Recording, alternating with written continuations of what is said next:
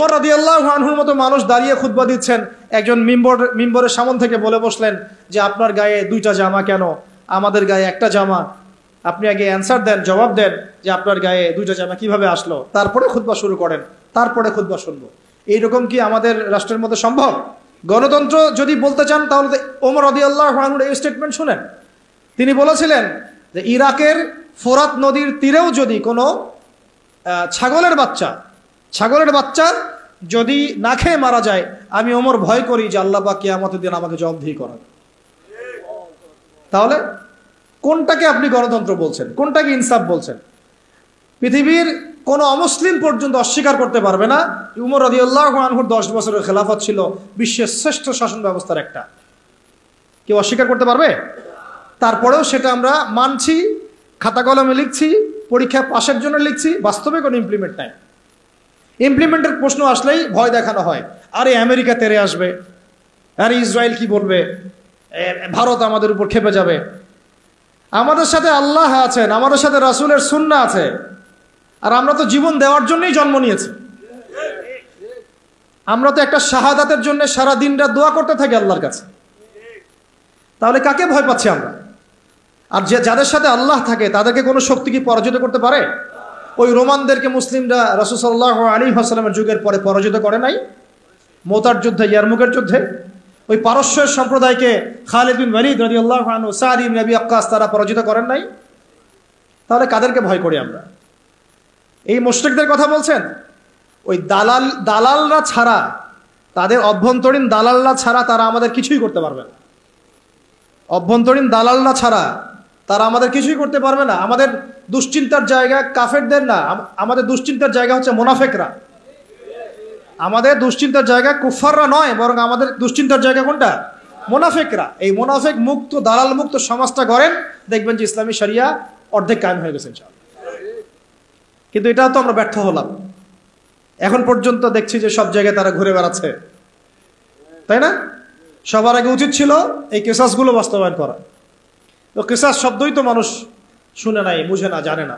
নামাজ জিজ্ঞাসা করলে নামাজ বুঝে, রোজা বললে রোজা বুঝে, সওম বললে সওম বুঝে, যাকাত হয়তো বুঝে কিছুটা, সালাত বুঝে, তারাবি বুঝে, কিসাস বুঝে না।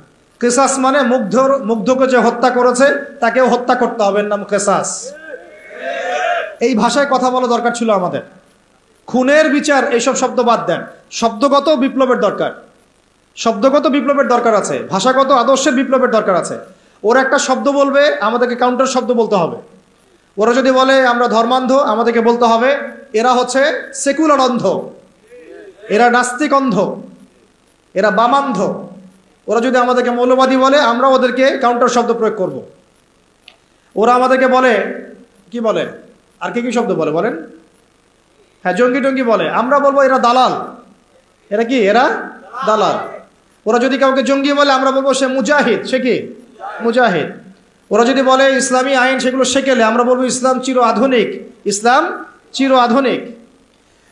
ওরা বলেছে আমাদেরকে যে হত্যার বিচার, তো হত্যার বিচার শব্দ তো অতটা মনের মধ্যে আঘাত করে না। কিসাস শব্দ আঘাত করে। কিসাস আল্লাহর দেওয়া শব্দ। চোখের বদলে চোখ, দাঁতের বদলে দাঁত, জানের বদলে জান। এটা কি বাস্তবায়িত হয়েছে? আপনারাই বলেন তো, এই জুলাই বিপ্লবের পরেও কি হয়েছে? অথচ আমরা গতকালকে নিউজে দেখলাম সিরিয়াতে কয়দিন আগে একটা ঘটনা ঘটেছে, দেখলেন না? যে সিরিয়ার বাশার আল আসাদ এর পতন ঘটিয়ে মুজাহিদ ভাইরা সেখানে গিয়েছে এবং সেটা আলহামদুলিল্লাহ সেটাকে আবার পুনরুদ্ধার করতে সক্ষম হয়েছে।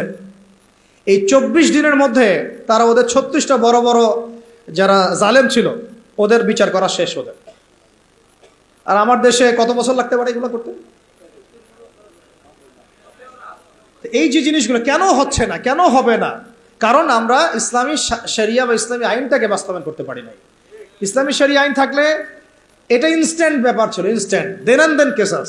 খুন করেছো ধরে নিয়ে আসা হবে, তার পরিবারকে আনা হবে, আর হত্যাকারীকে আনা হবে, পরিবারকে জিজ্ঞাসা করা হবে তোমার ওই সন্তানকে অমুক হত্যা করেছে, সাক্ষী আছে, প্রমাণ আছে, সব আমাদের কাছে দলিল প্রমাণ মওজুদ।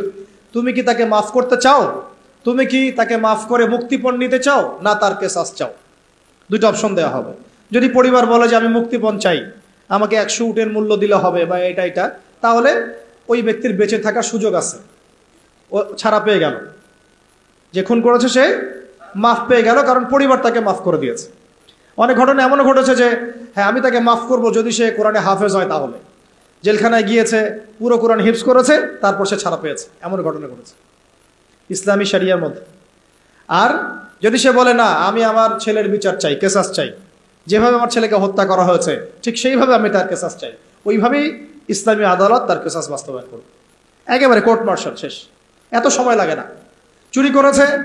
চুরি করেছে প্রমাণিত হলে জুমার নামাজ শেষ, চোরদেরকে সামনে রাখা হবে, চোখ বন্ধ করে চোখ বেঁধে ফেলা হবে, হাত রাখা হবে, বাকি যারা ল বাস্তবায়ন করবেন তারা থাকবেন, উপস্থিত কিছু জনতাও থাকবে। ইনস্ট্যান্ট কবজি পর্যন্ত হাত কেটে ফেলা হবে, চোরের বিধান শেষ। জনগণ দেখলো চুরি করলে এই বিধান, আরো কি চুরি বাড়বে না কমবে? নিশ্চয়ই বাড়বে। কি মনে হয় আপনাদের? জেনা করেছে, যেটা জেনা একদম কমন আমাদের সমাজে, জেনা রন্ধ্রে রন্ধ্রে ঢুকে দেওয়া হয়েছে। কি স্কুলে, কি কলেজে, কি ইউনিভার্সিটিতে খালি জেনা আছে।